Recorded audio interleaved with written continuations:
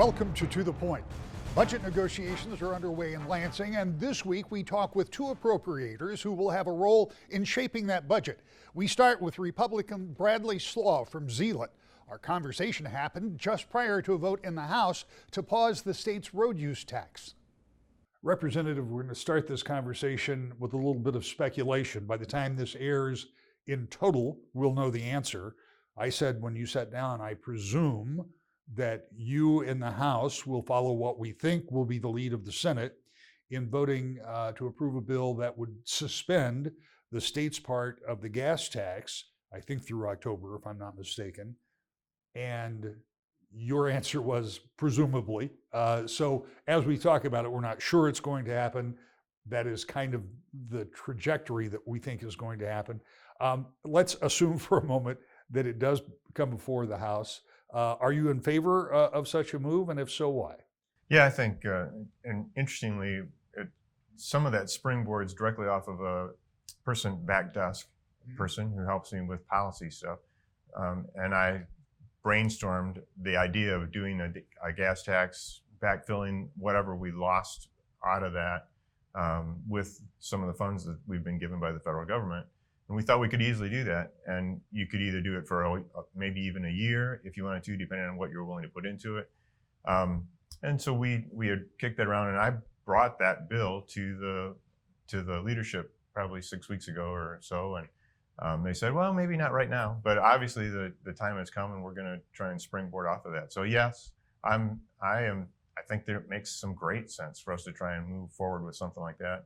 We have it's a crisis from a gas pricing perspective, that we have a crisis. So let's figure out a way to try and make something happen. Let me play devil's advocate here for a minute, because if I'm paying $5 a gallon for gas and you've reduced the cost of that gas by 27 cents, but I'm still paying $5 a gallon because of the increases, am I actually going to recognize that? I mean, I know there's that savings is there, but is it really going to reduce the pain for people at the pump? I think for the day or two or the week after it happens, the answer is absolutely it will reduce the pain.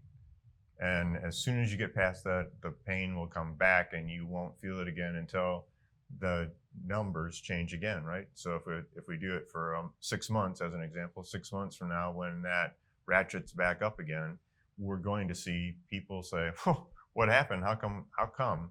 So there could be a negative to it. When you think about this combined with the earlier move on the part of Republicans in the House and the Senate to roll back the income tax, which the governor is going to reject, and I assume she will reject this effort as well. And again, I'm making a lot of assumptions, as we said here, because it hasn't happened yet. But assuming so, is this in both of those cases about putting markers down about the prerogatives of Republicans as you move deeper and deeper into budget negotiations? Yeah, I think absolutely, Rick. It's part of the process to say what is our policy and how does our policy actually impact legislation that we're working on. So yes, it is. We're going to talk more about the budget. You're on the Appropriations Committee, and so you have input into that. But there are some other things that are kind of out there. And I think that one of the things I'm interested in is we're going to be talking a lot about infrastructure. The Senate passed an infrastructure bill for water, particularly, that I think would impact your district and all of West Michigan. And that was a pretty big investment in that. The governor certainly want to talk about roads. I talked to the County Roads Association this week. And they're very interested to know, because obviously some of the M roads, the trunk lines, have some funding, yes, but a lot of the roads that you and I drive on are not getting that money yet. So all of that's in there. How many big pieces like that have to come together in order for a budget to be agreed to by largely Republicans in the House and Senate and the Democratic governor? Yeah, there's going to be lots of movement to lots of pieces to that. And I think, obviously, we need to have a budget. We need to have it done. We need to get it done so that schools can have an idea of what they're going to fund and how they're going to hire and all those kind of things. So it's going to come, and we're going to get it done on a timely basis, I believe. You know, there's a problem when you have too much money. There's all of these, everybody wants more and they want bigger pieces of it. If you got too little money, everybody knows they're going to get cut and they're trying to protect how much they're going to cut. It's too bad we can't come to a nice even spot where everybody knows, I got this much last year, I can make pretty sure that that's what I'll have again this year. But it is going to be, it's going to be a struggle, and there were going to be some great big pieces of dollars that people are going to try and move. My take is that when all of this conversation happens, there are going to be a lot of folks, and I would put you in that category, who are going to be looking at spending and making sure that money goes to your priorities, the priorities that you think the state should be investing in. There are people that are going to be looking at this wondering about the political ramifications, who gets the win and who doesn't. It's an election year after all. Absolutely. And with that calculus in there, you talk about this getting done. July 1st is when the school budgets go in place. So it sounds like you would like to get it done before that. That hasn't happened anytime during this administration. And with an election and with the question about who gets the win, is that realistic to get a budget done by middle of June? I don't know that it's realistic, but I think it's something that we need to be working toward. We should have the attitude that says we're going to get this done. We know that we need to get it done. What are the ways to be able to create the budget so that the budget is finished, and maybe there's additional supplemental pieces that have to happen, but how do we do it in a way that we can get it to a place where we're not impacting negatively the stuff that people need to make happen? Well, that's an interesting point, because there's the revenue part that you have, but there's also the federal money that is separate from that can be spent later, appropriated later with supplementals. So you don't have to spend all of that money all at once. Right. And I guess that's my point, would be, how do we do this? We should be wise about what we're trying to get done. And that's one of the ways I think we can be wiser than maybe we give ourselves credit for. I don't know if you can answer this question or if anybody can, but I continue to be somewhat curious about the revenue estimations. We were looking at $3 billion off the mark for one revenue estimating conference, and you came in maybe $3.5 billion above. Over, right? Yeah. That's a pretty big swing. And that's good news. I mean, I've been here at times when those revenue estimates have been off the other direction, and that's really difficult. But my question is, obviously that money is going to be appropriated. But is it going to be there next year? Is that same level? Is that a sustained level? Or is that kind of an artificial bump given the changes in everything that happened surrounding the pandemic and all of the extra federal money that came into individuals? And so am I the financial expert to give you all of the answer? The answer is no, I'm not. But I truly believe that what we've seen is an artificial bump. So we're riding that going up at this moment.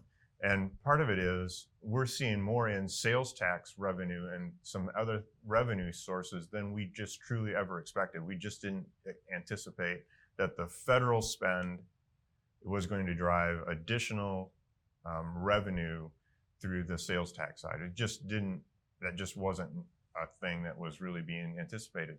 I think we're seeing it. We've got an opportunity to make use of it. We should do that.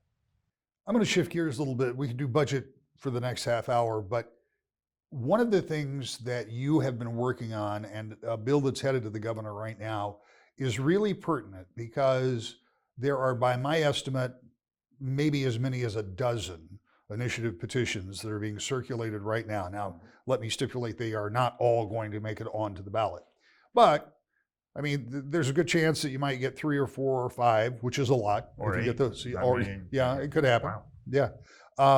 But you came up with a bill that the Secretary of State would have a little more transparency when it comes to these kind of things. I mean, here in Michigan, it isn't easy, but it's not really difficult to get an initiative petition put on the ballot.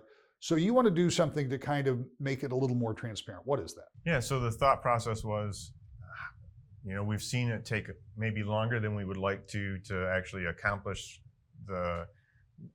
counting of signatures and some of those kinds of things. And so people are saying, well, what's the Secretary of State doing, and what's happening, and where are things? So the bill is fairly simple in its structure in that we're looking for transparency. We're looking for when, if you were to set out to do this signature petition drive from the very beginning, when you start and you get an approved, your 100-word approved idea of what this is, that would get posted on the website. So the Secretariat website would actually include that information. We would know that there's an active petition out there.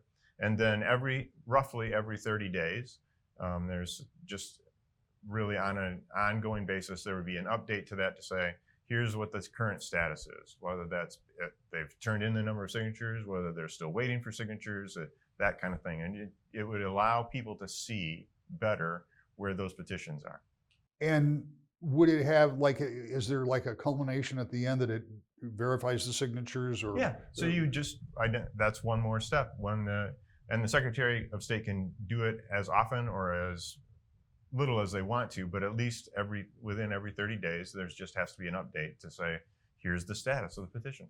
So since we've spent most of this segment speculating, what's your feel for the governor when it gets on her desk? Well, what's been really fun is, Rick, for me, it's been really fun is that I got started with this and thought, the likelihood of it actually moving maybe is not all that great.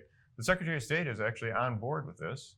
And so with that, I truly believe there's a good shot that the governor will sign this, which is kind of fun. It's just, transparency is a great thing. And so if we can make that happen, it's a great deal for the citizens of Michigan.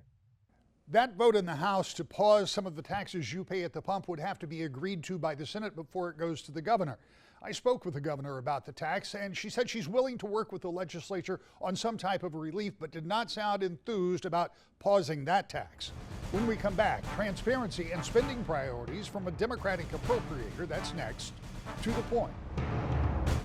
Welcome back to the Point. Representative Rachel Hood is a Grand Rapids Democrat and one of a number of members of her party to introduce legislation that she says would make state government more transparent. Representative, it is budget season again, and it is an unusual budget. We're going to get to that in a moment because in all the years I've been covering this, there's never been this kind of cash available. But before we get there, I want to speak to something else that you have worked on before. In fact, you surprised me a little bit because apparently something like this has been done maybe for 10 years or more. Mm-hmm. So we're just in advance of Sunshine Week when there's a lot of spotlight put on transparency. And you and some of your Democratic colleagues have introduced a package of bills that once again would try to bring some transparency to the way state government operates. What would those bills do? Yeah, so we have a House resolution that calls for a change in House rules to establish an internal ethics committee, a bipartisan committee modeled on Congress that would allow for a public process when there have been discrepancies. It would keep an accusation private until it is determined to be, somewhat truthful. And then once determined that it should be part of a public discussion, a bipartisan group of legislators, probably bicameral, would come together to determine the extent of any issue around transparency and ethics, and then to recommend ways to address it with an individual lawmaker. It's an important step forward for Michigan. We're ranked very, very low across the nation in comparison to other states around transparency for the legislature, and it's a critical step forward. When we talk about extending term limits, again, for instance, a tool and a process that addresses ethics, laws that strengthen our disclosure and so on become very, very important. So we know that Mayor Dugan in Detroit has proposed extending term limits to 12 years.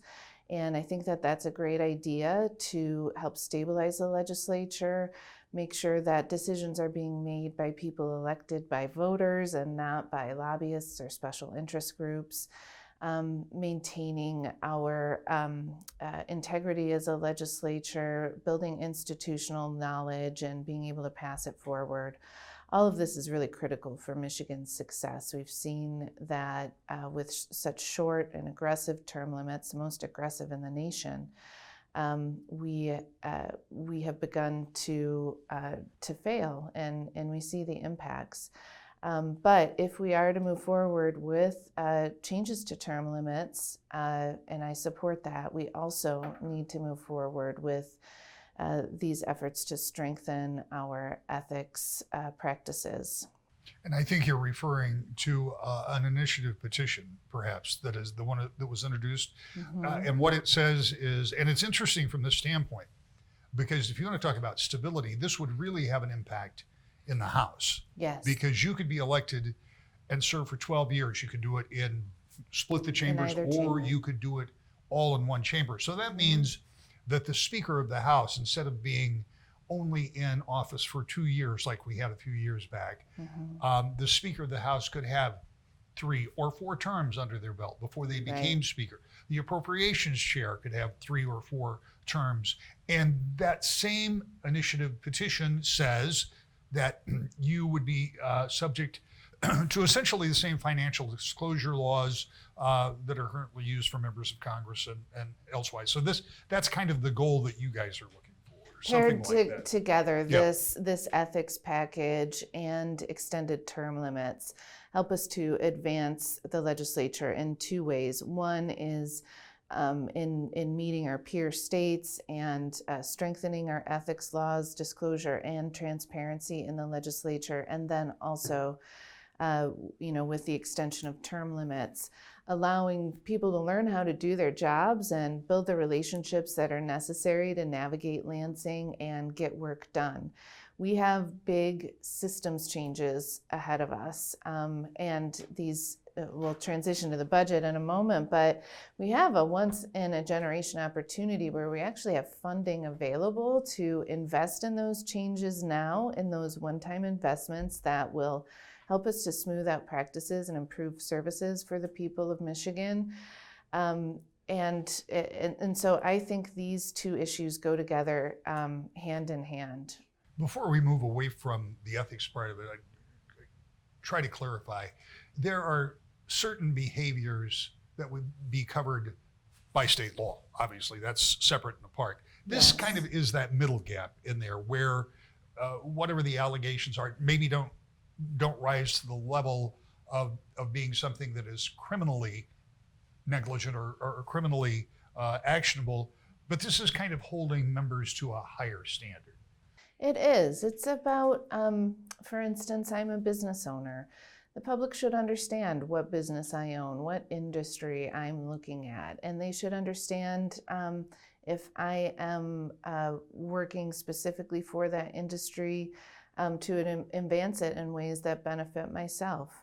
I voluntarily disclose my finances. We've done that for several terms now, and my colleague next door, Representative LeGrand, has established a voluntary process through which legislators can do that. I'd like to formally disclose that information because I'm here for the people of Michigan, not for my particular industry.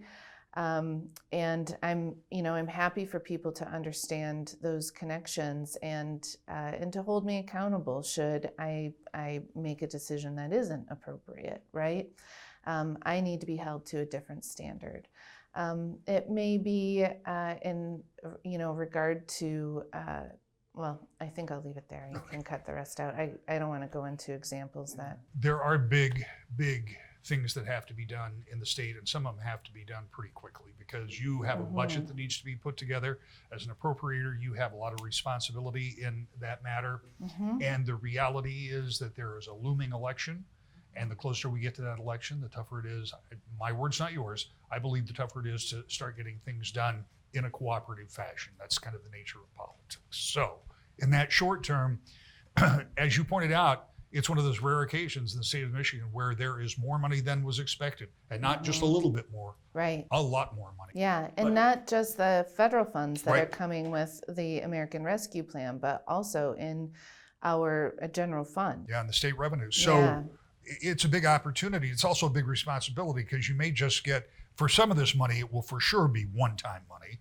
And for those increased revenues in the state coffers, be nice to think they're always going to be there, but you can't be 100% sure they are because it's been a weird couple of years financially for many of us, the way we Yes. spend and what we've done. So with all of that said, what are your priorities as you go into this budget process, knowing there are really opportunities to spend in places we haven't been doing perhaps as much as you would have liked to? Yeah, so first and foremost, it's important to understand that there are still $4.8 billion federal dollars of ARPA money sitting in Washington.